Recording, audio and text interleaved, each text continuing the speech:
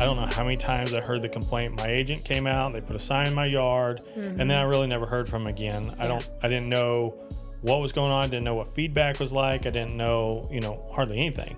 And so that was really frustrating. So one thing that I did to set myself apart, and I still do it today, is I have a weekly check-in. That's something I told you to start doing in your business. And so what we do is I just let them pick. Does Thursdays work best for you, or does Fridays? I prefer weekly check-ins on Fridays because then it gives me the whole week that I could talk about, and then anything that we're expecting over the weekend, right? And so every week they know they're getting a call from me. And we set that expectation up front. You will hear from me a minimum of once a week. And if we have something that happens in the meantime, then I'll call you then, but a minimum of once a week. And I would always call. And like you said, if they don't answer, I'm leaving a voicemail, very quick feedback of what happened that week, very quick overview. Hey, if you have any questions, give me a call. Most of the time they don't call you back, but at least you fulfilled your obligation and you did what you promised you would do.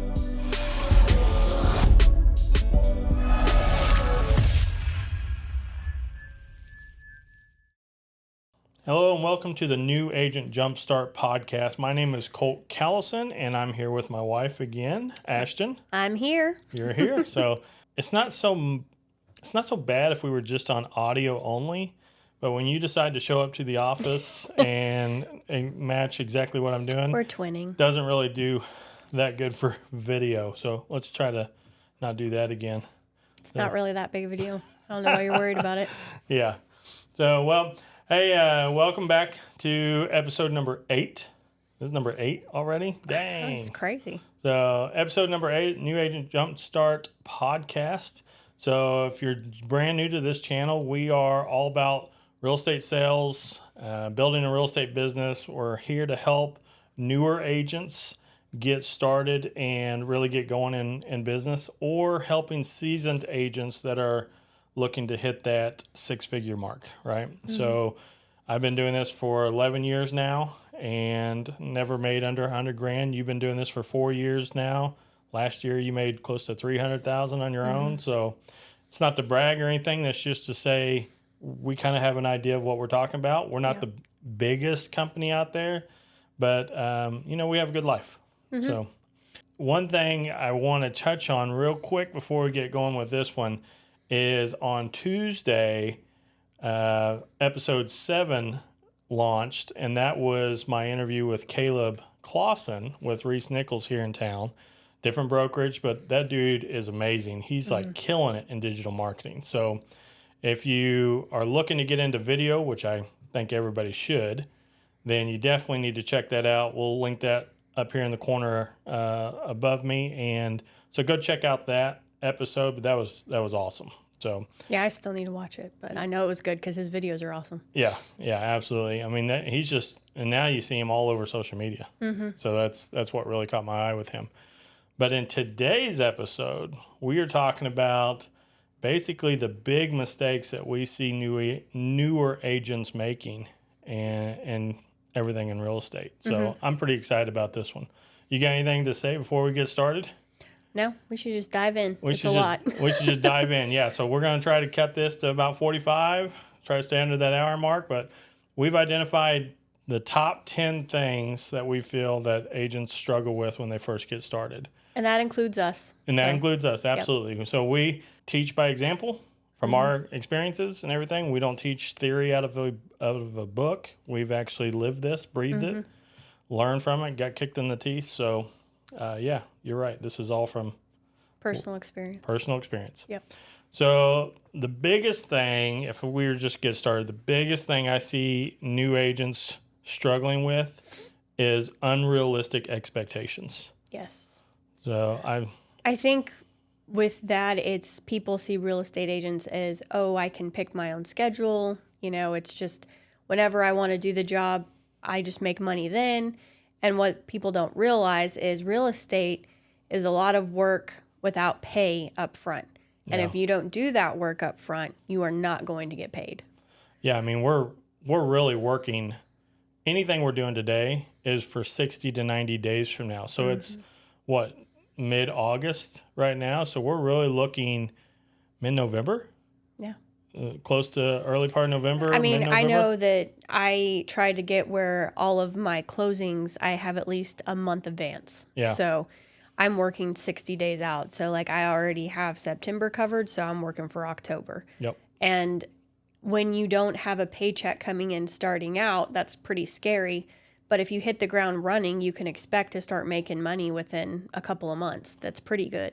I see agents, they're posting on social media and they're like, I've been doing this for 6 months or I've been doing this for a year and I haven't closed a single deal. Yeah. Let me just be completely blunt and honest. If you've gone that long and you haven't done a single deal, one, you don't know what you're doing. So you need better guidance. Yep. And two, you are not taking near enough action. Yes. So if you are making phone calls or prospecting or you're hitting a database or, sending out mailers or whatever, there are so many things that you can do. And we've talked about on this channel already that you should be able to drum up business in a relatively short amount of time, whether you're brand new or not. So, Absolutely. and even if you are brand new to an area, say you're a military spouse and you just moved into a new area, your spouse is going to be stationed there for a little while, so you decide to get your license and everything, and you're brand new to that area, you don't know anybody. Well, now you really need to do a lot of activity, right? You need to find out ways to call people. You need to find out ways to hold open homes for seasoned agents. You need to be getting into production as quickly as possible, or activity, as quickly as possible, so that you don't go 6 months or a year without a closing. If you are not talking to someone daily about what you do or helping them buy a home, sell a home, more than likely you haven't done anything to move your business forward. Yeah. And it's raw truth. Like, it's hard to take that because there are a lot of days where we don't want to talk to anybody. Like, you just need a day. But in real estate, especially when you're getting started, you need to be very proactive with making your contacts every single day so that you can have a paycheck. Yep. And consistency is key. It's worked for us in our business. You're amazing at follow-up and everything and checking in with your database a lot better than I ever was. But I also know that if I can go into the office and I just make 5 calls, but I did that every single day, eventually that ball is going to start rolling. The momentum's going to start gathering and you're going to start getting some deals. Absolutely. It's just a numbers game. You just got to talk to enough people, have enough conversations about real estate. Yeah, activity is key. If you're not moving, you're sitting still, meaning you're not getting anything. That was a really rough way to put that. But seriously, like, it's very predictable when you're doing your job because you'll have business. If you're not doing your job, you'll not have business. Well, I don't know if there's much more we can say about that.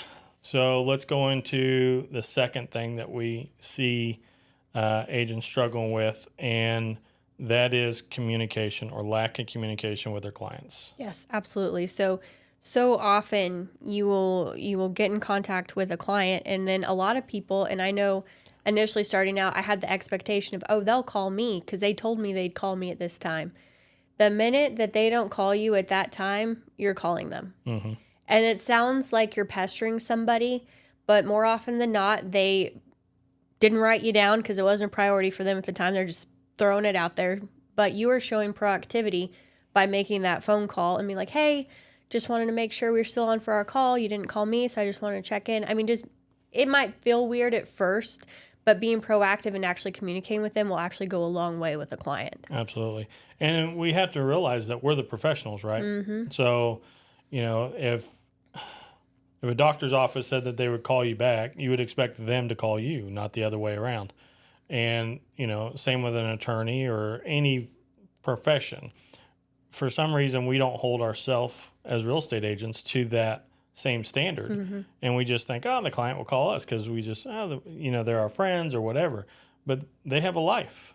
Well, now that I have my scripts down way better than I did when I first started, I set up 2 time frames for me to call them. I said, I have a 1 o'clock available and a 5 o'clock available. Which one works best for you? And I always get an appointment set with having 2 options. Yeah. Whether they pick up or not, it doesn't matter. You were proactive. You called. You left a voicemail. A lot of times I'll shoot a text and just say, hey, I'll catch you later. I have these times available tomorrow if that works better for you. And you're constantly moving the conversation forward instead of just waiting for them to respond to you. Yep. And something I want to touch on the listing side, this became very important, especially as the market turns into more expired, canceled, those kind of listings, right? The biggest issue I would talk to a seller about is their last agent, their previous agent did not communicate. They came, I don't know how many times I heard the complaint. My agent came out, they put a sign in my yard, and then I really never heard from them again. I didn't know what was going on, didn't know what feedback was like. I didn't know, hardly anything. And so that was really frustrating. So one thing that I did to set myself apart, and I still do it today, is I have a weekly check-in. And that's something I told you to start doing in your business. And so what we do is I just let them pick. Does Thursdays work best for you, or does Fridays? I prefer weekly check-ins on Fridays because then it gives me the whole week that I could talk about, and then anything that we're expecting over the weekend, right? And so every week they know they're getting a call from me. And we set that expectation up front. You will hear from me a minimum of once a week. And if we have something that happens in the meantime, then I'll call you then, but a minimum of once a week. And I would always call. And like you said, if they don't answer, I'm leaving a voicemail, very quick feedback of what happened that week, very quick overview. Hey, if you have any questions, give me a call. Most of the time they don't call you back, but at least you fulfilled your obligation and you did what you promised you would do. Absolutely. I will say that's still one of my weaknesses, because if you have a bunch of fires going and you have a listing that's just sitting there and nothing's happening with it, it's the thing you want to put on the back burner. But in all reality, that's one of your easiest touches, but it could also be one of the most important ones, because you're still trying to impress that seller even though nothing's going on with their listing. Yeah. You still want to be communicative just so that they know that you're actually proactive in getting their home sold. So let's go on to number 3, neglecting follow-up. And I think this one's ironic based off what we talked about today in our team meeting. So every week we have a team meeting, and we were talking about sales statistics, and we brought up the chart and everything, and it said 2% of sales happen on the first contact. Right. So that means 98% of transactions come from those who follow up at least once or more, right? 80% of the business comes from those who follow up at least 5 times, anywhere between 5 to 12 times. I've seen different research on that, but at least 5 times, right? So follow-up is key, and I would say that there's nobody out there that I know that's better at follow-up than you are. Well, thank you. So why don't you go in and talk to about why they should follow up and how you go about doing it? I think you have to take the emotion out of the follow-up. It is just an activity. So for me, I know the activity builds up. So with each touch, I'm getting closer to either a yes or a no. Either one, I need an answer. And so when I follow up, it is a very simple message. A lot of time it's just a text message, unless it's someone that specifically says I want a phone call. But I just check in. And there have been times where I have sent 12 consecutive text messages and not gotten a response. And then on the 13th one, they're like, oh yeah, I got my pre-approval. I'm ready to go. And I'm like, I haven't heard from you in probably 12 weeks, because I usually do weekly check-ins depending on what type of lead it is. And it's just hilarious because they didn't respond to me at all, which might offend some people. Me, I don't care, because I have several unread text messages on my phone that if I don't have to text them back, I don't. It's just one of those things where I'll get to it when I can. And I'm one of those people for people. It's like, I will text her when I'm ready, because I specifically say, I'm ready when you are. And it promotes activity, but it's not pestering, in my opinion. It's like, I don't want to rush you, but just so you know, I'm thinking about you and I'm ready when you're ready to go. And more often than not, it takes at least 3 to 7 of those for me to get a response. I very rarely get an immediate response. Yeah. And so 3 to 7 weeks, because I don't do it every single day. It's a weekly thing. I mean, sometimes if it's a new lead, it's every 2 days. But I also don't want to spam someone, because people don't like that either. We get bombarded with so many text notifications that if you become one of those, they're just going to delete you. Yeah, I've seen teams come out with like a 10-day hard or something like that, where they're hitting them 10 times in 10 days. And it's just like, man, Well, I laugh because there are times when people just send me an all caps stop because they think I'm an automated message. And I'm like, nah, I'm a real person, but I can do that for you. And honestly, when they send that, I stop because they don't want to do anything. The people that want to do something either don't respond or they respond, which is hilarious because if I don't get a no, it's still not maybe. it's still a maybe. And more often than not, I eventually get a yes. It's just being patient. Yeah. My favorite story is I texted with a gal out of California who was relocating to Wichita, and we talked for a year and a half, just back and forth. Hey, just checking in, nothing substantial. When she actually wanted to move, it was like very hard conversations. Like it was deep stuff. Like, what's this area like? Like we went from 12 months or no, it was a year and a half of just like checking in back and forth, and then a month of solid home search, and then she bought a house. But that was literally a year and a half of follow up. Yeah. And imagine if you wouldn't. I know I wouldn't have had her. Like she would have found somebody else. Correct. And the thing that does not bother me is every person you're communicating with, that's a sale down the road. Like you're setting yourself up, your pipeline is set up for future deals. I mean, if you got a deal now, awesome. But if you're also planning for 6 months down the road, your 6 month, is going to be great. Yeah. And so every follow-up matters. Yeah, you really got to play the long game on follow-up. And this really, if you're one to call for sell by owners, one thing that I used to do, I took a playbook out of, or I took a play out of the playbook of Joe Nego up in Chicago, and he calls it befriend a for sale by owner. And basically, you're calling it for sale by owner, seeing if you could do a home tour, and then going out and talking with them, building rapport and everything. Going out there not for the listing appointment, but just to build rapport. And then I just tell them, hey, I'm going to check in once a week just to see if the home's still on the market, and just keep my list of for sale by owners updated. Would that be okay? Every single time they're going to say yes, right? And then every week I'm checking in, same time every week. And every time I talk to them, their voice gets a little bit lower, a little bit lower. They just get dejected, right? Oh, yeah. Colt, still haven't sold. And then if you do that long enough and you're providing value over time, then a for sale by owner will think of you, which is pretty cool. So another trick that I've learned from, follow up is a trick from Jeremy Miner. He's a sales coach and everything like that. And he hates the term follow up. Hey, I'm just calling to follow up. It shows very low status from your point of view. It shows that, you're not really the professional. You're kind of on their schedule and everything like that. What he says is get rid of the term follow up in a call. So if I say, hey, Ashley, I'm just calling to follow up with you to see if you're thinking about selling, just get rid of that. And instead say, hey, Ashton, Colt Callison here at Provident Realty. Just had a quick second before stepping into my next appointment. I was thinking about you. And then go in from there. That's good. Right? So it just shows that you're the professional. You were making a quick follow-up call, but it wasn't really to follow up, right? And then you just go into whatever script you had. So that's something that I've used. That works really well because when somebody, just put yourself in the position of the consumer. If somebody says, hey, I'm just following up, following up is keyword for I'm trying to sell you. Right. Right. Are you ready yet? Are you ready for me to sell you my product? And so just, change your verbiage just a little bit. But that's a good idea. I hadn't thought about that. So number 4 is lack of training and education. This one hits home for me because, of course, we like providing education to newer agents. But what I find crazy is there's in my mind, there's 2 categories.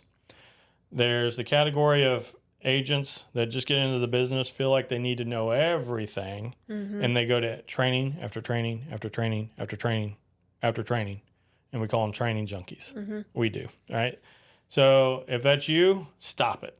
Yeah. You're not going, unless you're taking action on the stuff that you learned from that training, stop going to more trainings. You must instead go work on getting business. Yeah, you implement what you learned. Exactly. I don't know how many times I've talked to a newer agent that says, well, how do I write up an offer? Or when we get to inspections, who do I need to call?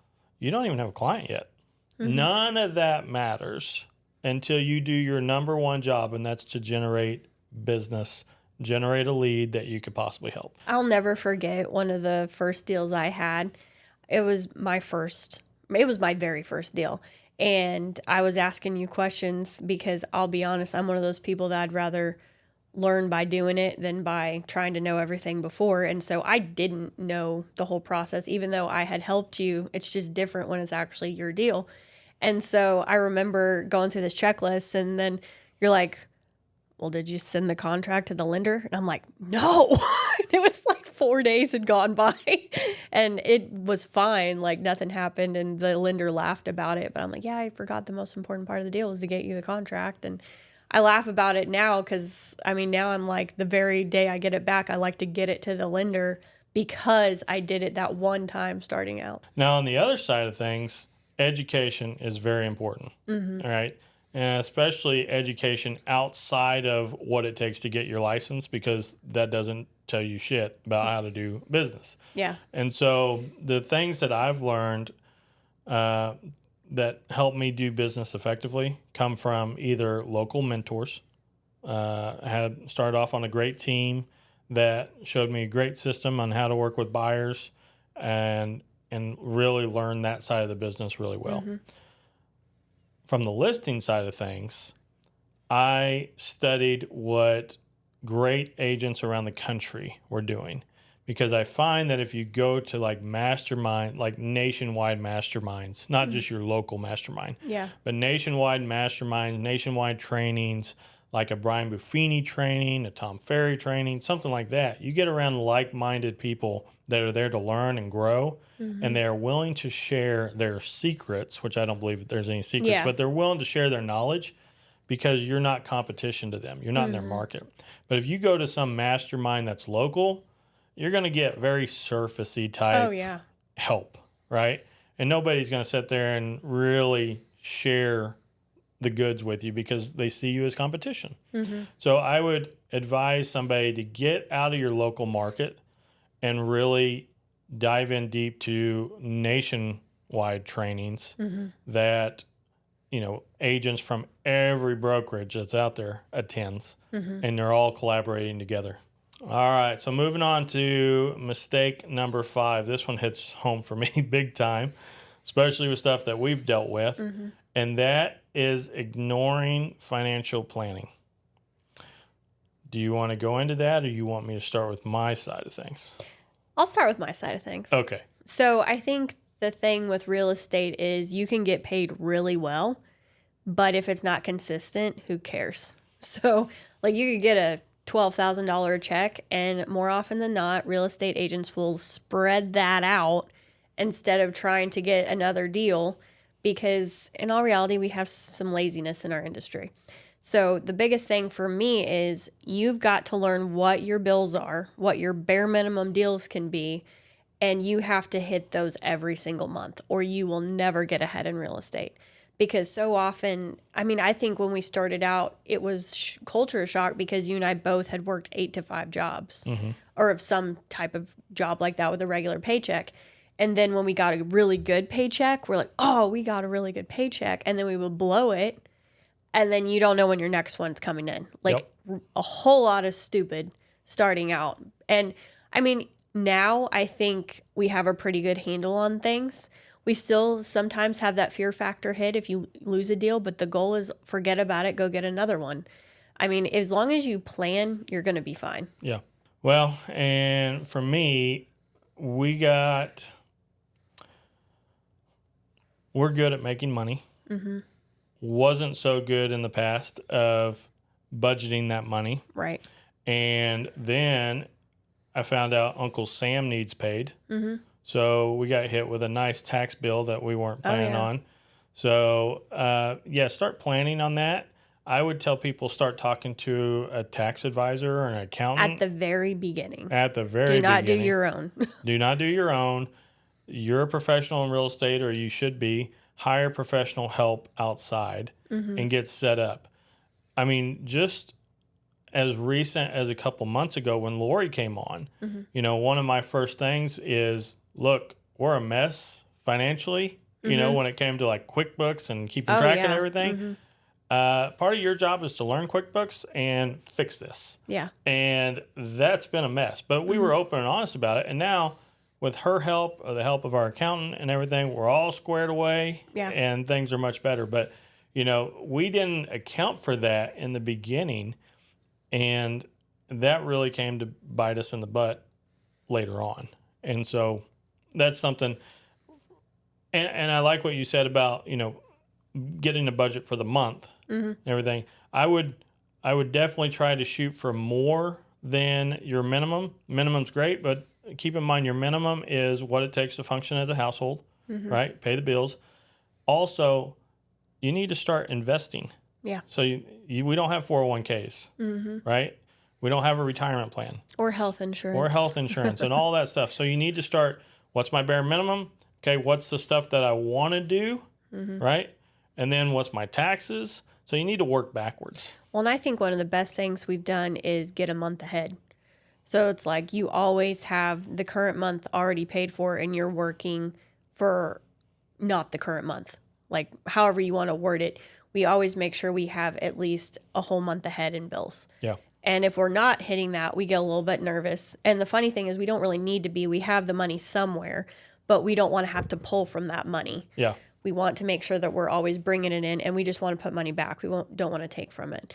The only time we want to take from that money, because we've disciplined ourselves and pulled it out, is when we put it back, is when we want to buy a major purchase. We don't want to use it because we were dumb and we didn't budget enough to pay a bill or something. We don't want to do that anymore. We've lived that life. I think we're both over it. Yeah. So No, now it's what investments can we make in our business, buying real estate, that kind of stuff. It's the big stuff. So let's go into number 6, underestimating marketing efforts. Okay. So I think this is still something that we're working on because marketing is a skill. Like, I think marketing is a whole thing, and then you have sales as a whole thing. And so when you try to do both of them, like, you're learning a lot. But if you do not market yourself as a real estate agent, nobody's going to know who you are because everybody knows a real estate agent. So learning how to set yourself apart, make sure you're getting in front of people is a huge thing to start doing early on in your business. Yeah. And I think I've always struggled with marketing because when I think of marketing, I think billboards on the side of the road. And I think agents that do billboards I think it's a very egotistic move. And I still believe that.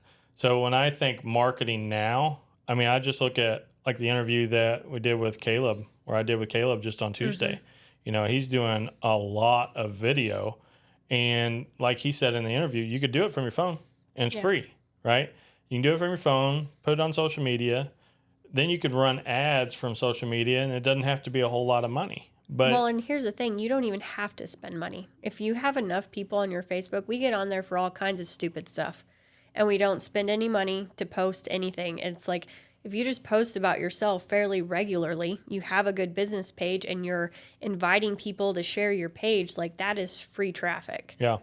And that's what you should do right off the bat. Like, utilize the free stuff, and then as you get paid, invest more money into it. Yeah, and we just, learning some stuff from Caleb the other day, we, just made a company decision that, hey, look, we're getting rid of Zillow. And so we're taking that money that we were applying towards Zillow that we did not get a good return on and we thought was crap. And we're going to now start implementing some of the things that we learned from the interview with him.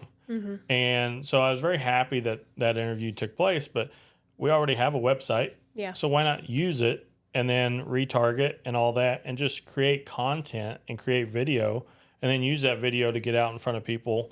And then they start to know us, know who we are and everything like that. You don't need big billboards, and we've actually done a really good business just in our 33 touch with just our doing mailing, consistent monthly mailers, consistent monthly emails, follow up with our people through phone call and text, and then have a client party. That alone has built a great business for us. Yeah. And then we're just trying to expand on that. So our fundamentals stay the same.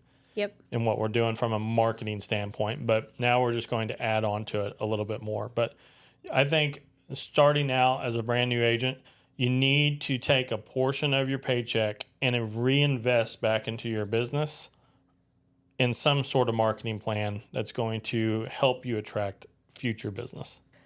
Okay, let's move on to number 7. Okay. And that is choosing the wrong brokerage. Mm. So this was a pretty solid point that I honestly didn't think that much about because you and I were both pretty committed to where we were when I got started. But one thing that I read was people like to choose off of splits more than what type of training is available. And honestly, your training is going to be way more valuable than your split because who cares what your split is if you're not making any money? Yep.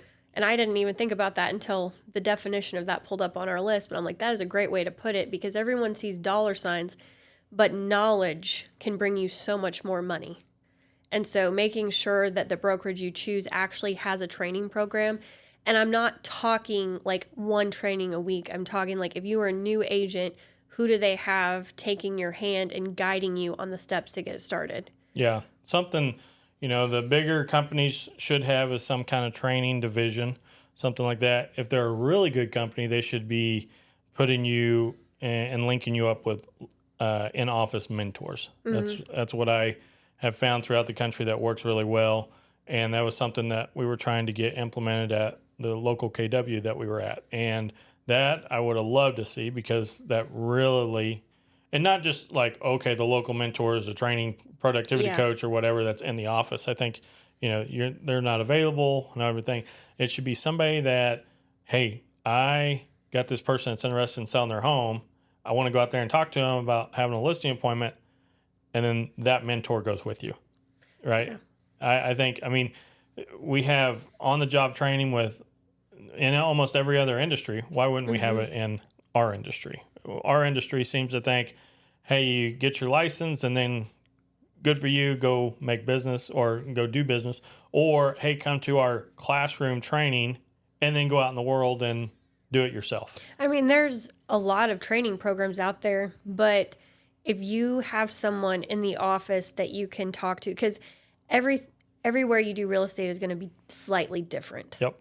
And so when you have someone there that has done a listing appointment in the area you're in, can like give you the vibe of the area, like that just is very meaningful. You don't go in completely unaware of what you're about to encounter. You need to have that guidance because you can know everything to say. And as soon as you get in a listing appointment, if you've never done it before, it's kind of freaky. Like, it's scary. Looks, yeah. It's like, I don't even know what I'm supposed to say to you right now. I remember my first listing appointment and I fumbled through the entire thing. I still got the listing, probably because my couple felt so sorry for me. They're like, we got to give this girl some business. But no, they were super nice people. But I realized I don't know my stuff. I need to be trained. And so I listened to you a little bit more than I was before after that because you were so good at listings. And I didn't want to think, you're just going in and talk to them about their house. And I'm like, I don't even know what questions to ask, or even how to explain this where it's more than a 3-minute spiel. Like, you need to be trained on what to say to provide value in those appointments. Well, I think the listing side of the business is the skill set side of the business. It's hard because it's not as fun, in my opinion. It's a business transaction. Yeah. You're getting paid. Who's paying for it? Whatever. It's a half dozen here or whatever. Mm-hmm. Because the buyers think, well, I'm funding it, so I'm paying for it. And the sellers think, well, it's coming out of my proceeds, so I'm paying for it. So regardless, it's a business transaction. The sellers think that they're paying for it out of their proceeds, and therefore it's not fun to them.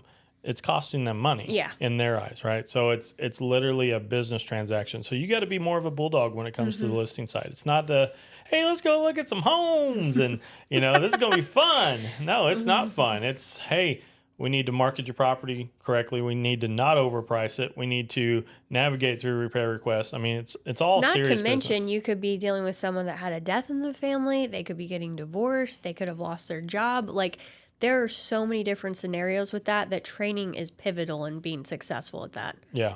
And having someone that's experienced and you can observe them in the moment, like if you can shadow people, that is huge. I know I'm going to tick a lot of people off here, especially because I want to go back to splits.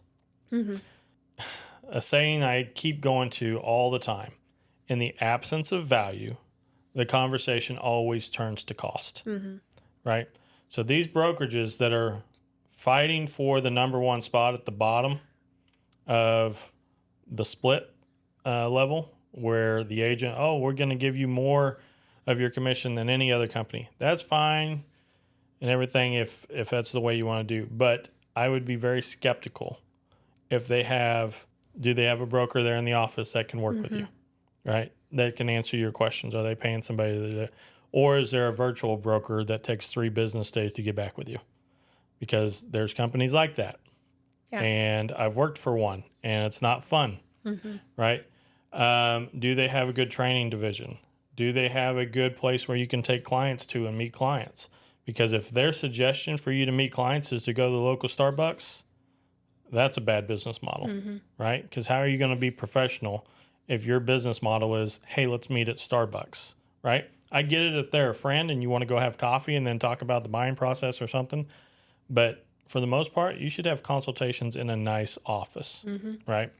And so I would be very hesitant to join a brokerage 100% based off of who's the lowest split. Because in the end, you're not going to get the help you need, especially as a brand new agent. You're not going to get the help you need, and you're not going to have the support. I mean, it's just not going to happen. I don't know how many times I've got a phone call from an agent that's not, well, it wasn't even part of our brokerage. We don't have a brokerage like that anymore. We have more of a team, but I will still get calls from agents from other brokerages asking me broker questions. I'm like, why don't you talk to your broker about this? Yeah. Well, my broker's not answering. And I know that you know the industry. I'm like, that's not good. That's sad. Yeah. So you want to make sure that you have someone that you can contact, or at least someone that can be a backup, like a mentor. Because a lot of times if a broker's not available, there's at least a backup you could call. Yeah. So make sure you ask that question. Something else I was thinking of that you should add is when you have that conversation is what's your turnaround time to get paid? Because when you're a new agent and you don't have a lot of money, that matters. And so the compliance department and the expectations with that are some questions you need to ask, because you want to make sure that you're getting paid in a timely manner. And I will say this too. I probably, over the course of my career, selling about 700 homes in my career, I've probably only had 1 or 2 people ask me about my brokerage. Oh, yeah. People don't care what brokerage you're from. If people truly cared what brokerage we were from, we wouldn't have got any business when we went out on our own and started Provident Realty. So we would, because nobody knows Provident Realty is brand new, right? It's an independent brokerage. It's not a major chain or anything like that. But yet we still do a lot of business. And so I can tell you 100%, nobody gives a darn about what brokerage you're with. So don't let that cloud your decision on what brokerage you're going to choose as well. I will say they don't care when it comes to a positive light, but if it's a negative, they're going to care. Oh, yeah. I've had that when I was at, Keller Williams, right? Keller Williams is big, and there was some agents locally that did not have a good name for themselves. And unfortunately, they were involved with Keller Williams, and it's at every brokerage. So it's not just Keller Williams. But, I would be making phone calls, and they'd be like, we would never list with Keller Williams ever again because of so-and-so. Yeah. And I had to overcome that objection because we are all independent. We're under the same umbrella, but we are our own business. And so I had to, really get the idea across that, look, you hired that individual. You didn't hire the brokerage. And we're trained to do business a certain way, but we all do it a little bit differently. And so it could be more of a negative thing than a positive thing. Absolutely. Yep. So let's get into item number 8 on our list, and that is not setting clear goals. Now, this kind of goes along with the financial aspect of things, but I'll ask people, hey, what do you want to make in a year? And almost every time, what do you think it is? Almost every time. 100,000. There you go. I want to make 6-figure. I want to make $100,000. And then when you ask them, why do you want to make $100,000? They have no idea. Yeah. It just sounds nice. I mean, cool. And I know I kind of use a play on it when I say, hey, we're looking to get the seasoned agent to $100,000. But I only say that because that's where everybody says they want to go. Yeah. Right? But you really need to dive deep into what's that really do for you and your family. Is it really $100,000 that gets you the lifestyle that you want? Does it even take that? Is it maybe $60,000 that gets you a great lifestyle that you want because your spouse works and your combined, that would be a great living. What is it about that number that gets you there? And so you need to find out, for one, what number do I need to net, right? And then you need to work backwards. And you need to account, you need to net a certain amount. Let's say it's 50 grand, right? And then you're going to have $25,000 in expenses and everything like that. So now you're at 75 grand. And then you're going to have a split with your brokerage, most likely. So let's say that's another 25 grand. So that's 100 grand. And then you're going to have taxes on top of that. So you have all these different things. So to net the 50, it might take 100 to 120. So is it really 50 or is it really 120, right? Because you have all these different business expenses that you now have because you're a business owner. You don't work for somebody else, right? And taxes aren't just taken out. And so then once we get that number, let's say it's 120 grand, then we need to break it down to what's my average transaction? What do I get paid on average? Around here it's 225,000, 250,000. So anywhere, let's just say $7,500 a transaction is what we get paid, right? Our commission. So then you take your 120 grand that you need to gross, right? In our scenario, divide it out by 7,500, and that's going to get you the number of homes. I don't know what that is right off the top of my head. It's probably close to 15 or 18 homes, but now you know how many homes you need to sell, all right?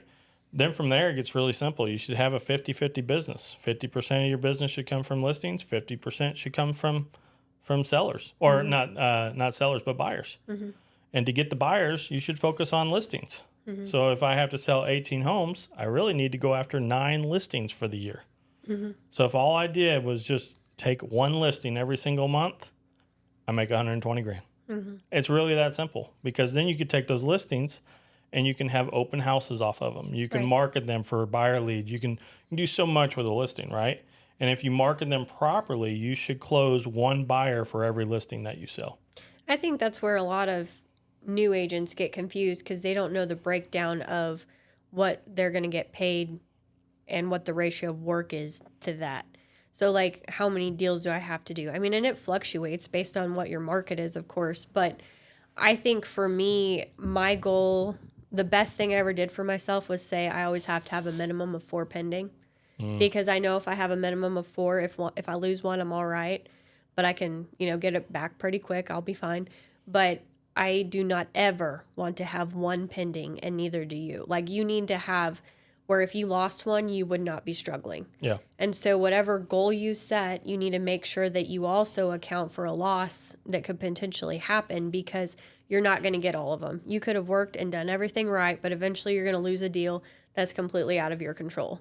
And you always have to be able to plan for that. Well, if you notice, and I didn't really break it down that far, but if you notice, I said I needed 9 listings, right, for the year. Well, there's 12 months. Right. So if I went and got a listing every month, that's 12 listings. So 3 of those listings won't sell what I accounted for in that, and then you'll make up for it on the buy side. So absolutely, you should always plan on a little bit of a fallout, because you're not going to close 100%. Shoot, we went, what was it, a couple weeks ago, you lost 3 deals all in 1 week. Yeah. I mean, it was a mess, but I also had 12 pending. And so it's like, I expected it. It's like, if I have 4 pending, I might lose 1. If you have 12 pending, you might lose 3. But like, you have multiple, you're covered, and that's the whole goal. I had that 4 goal when I didn't have an assistant, but now that I have an assistant, my minimum, I like to have 8. And if I get under 8, I'm like, I'm not working hard enough, because I have an assistant doing all this other stuff. I need to get busy. Yeah. And just since we're this far into breaking down kind of in that scenario to make 120 grand to net 50 or net 60, whatever, let's just break it down a little bit further. So the national average for contacts to a closing is about 60 contacts. And so if you were to go out there and you make phone calls, you're calling for sale by owners, you're calling whatever, or you're just following up with database or your Sphere or something like that, you should make about 60 contacts to get to 1 closing, right? And so if there's 60 contacts to get to 1 closing, and I need one listing, I need 1 listing a month. Well, I'll just say I need 60 contacts to get my listing, right? Well, there's roughly 20 business days in a month. I need to get 1 listing. So divide 60 contacts by 20 business days. I only need to call 3 people a day. Classify what a contact is. A contact to me is somebody that's a decision maker for the property. So I want one of the owners. Can't be one of the kids. I want the owners of the property, and it has to be a live contact that I had a conversation with. Okay. Now, you could make the argument that, hey, I talked to somebody or I made a phone call as the wrong number.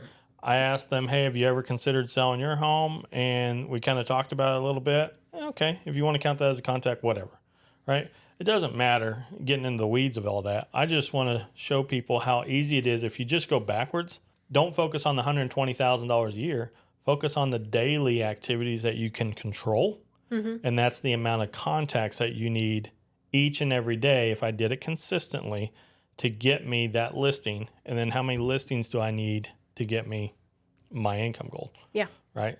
And so if you really break it down, 3 contacts a day in this scenario, and trust me, the math works out. People just got to do the work. But if you do 3 a day, you're 120,000. Well, the funny thing is when people think of setting goals, they have items. And I'm like, that's not a goal. That's a want. Yeah. Like a goal is like, what do I need to achieve to get those things? And to me, like my goal is always going to be dollar related. Absolutely. Well, I mean, unfortunately, as things Zig Ziglar said, money's not everything, but it ranks right up there with oxygen. So you kind of need it, right? It makes the world go round. Yep. Well, let's get into number 9. And I feel like agents, for the most part, because we don't want to bother people, right? Which you got to remember you're in sales. But for the most part, agents don't want to ask for help. Yeah. And I don't know what that is. I don't know if it's because they don't want to be perceived as incompetent or whatever. But I promise you I would not have done as well as I did. You would not have done as well as you did in your career had we not been willing to open ourselves up, be vulnerable, and say, hey, I don't know this. I need help. Well, and you can read the contract alone just as many times as you want, but until you have a weird deal, it's not even going to click what that contract actually means when you have to read it and be like, okay, that's why we have this in here. And so, like, there's nothing wrong with not understanding it right away because a lot of times you learn by experience. And so once you have that situation where you have to actually dig deep into the contract, that part of the contract is going to stick with you for forever.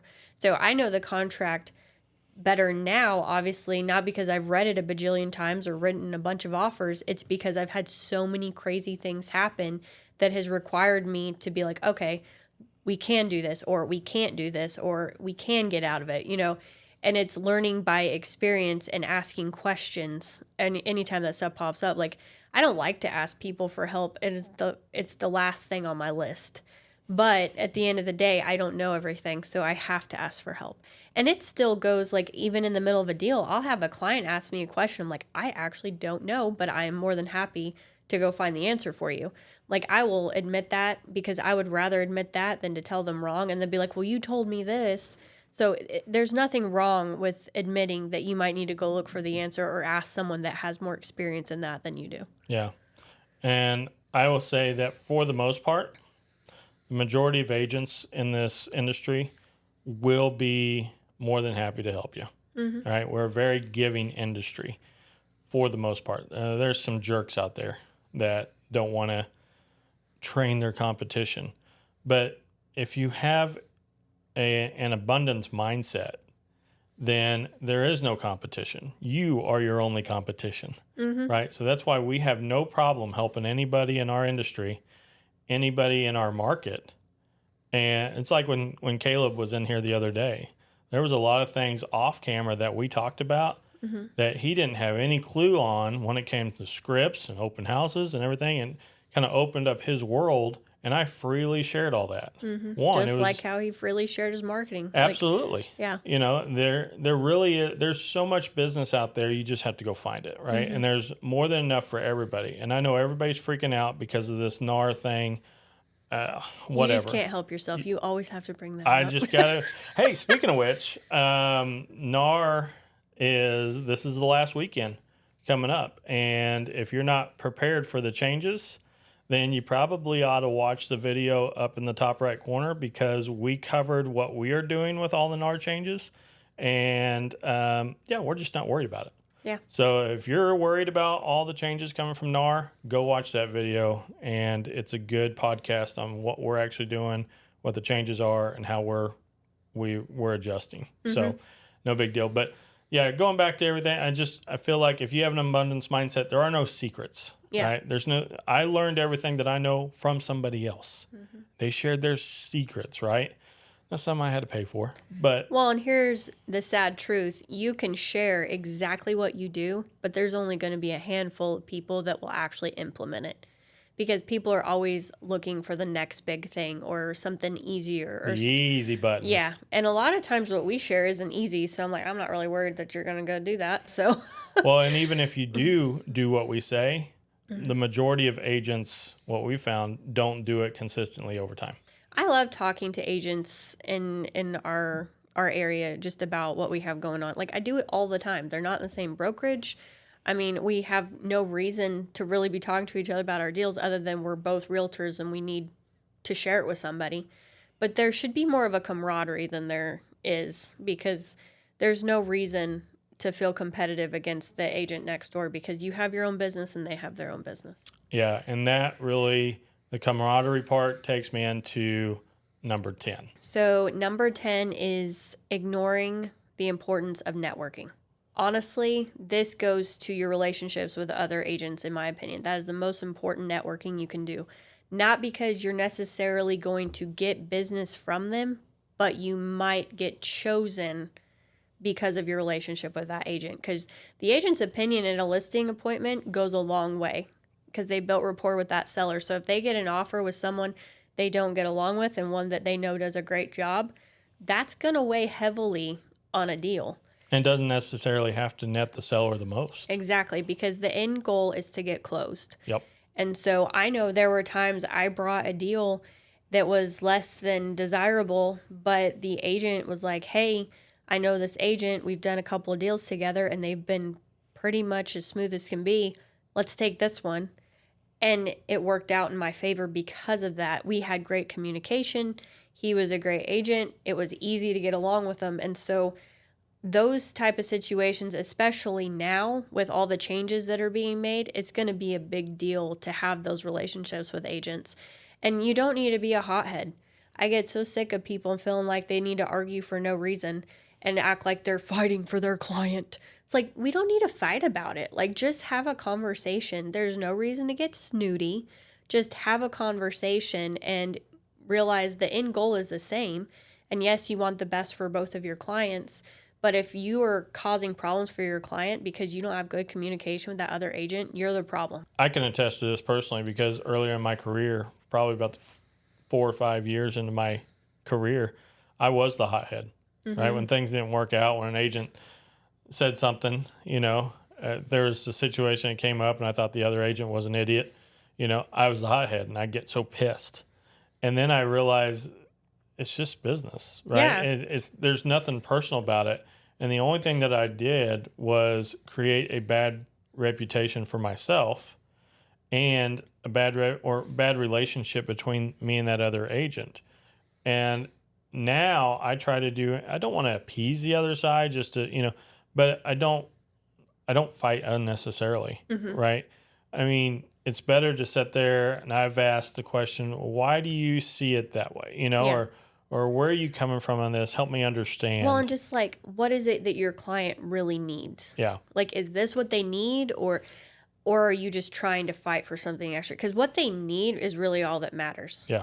And what I have found is that if I'm pretty open about what our scenario is, instead of always having the guard of, oh, we're negotiating, it goes way further just to be honest and upfront than to try and put up some type of facade that makes me look good, but it doesn't get my client what they need.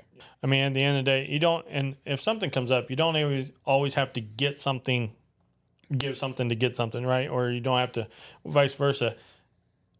Every time, something gets asked from a buyer's agent to a listing agent, the listing agent doesn't have to try to fight back and get something else for their client.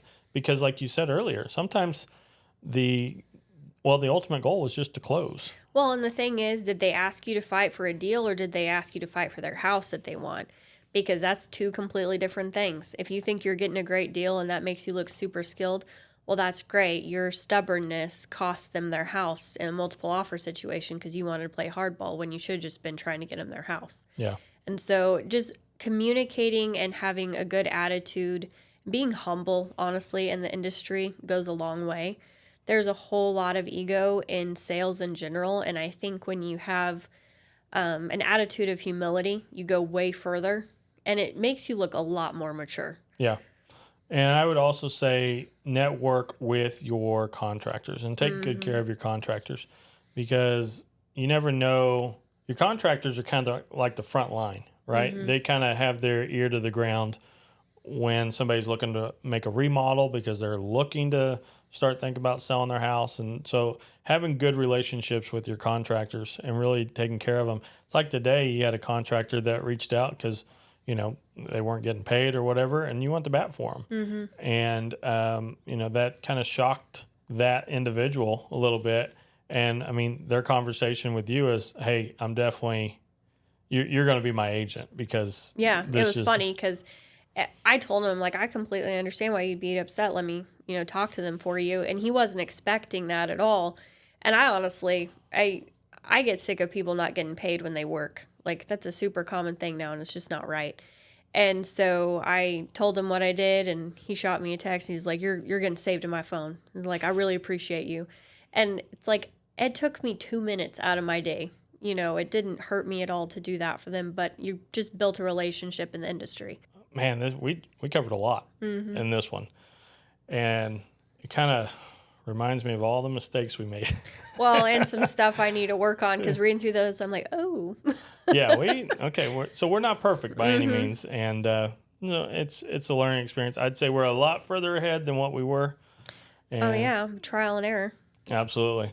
So remember the NAR stuff. If you haven't watched that yet, go watch that and how we handle the new NAR requirements. They're a joke. I just got to say that. I'm going to start making it where every time you bring up NAR, you owe me $5. I think I'm done. After this week, I think I'm done.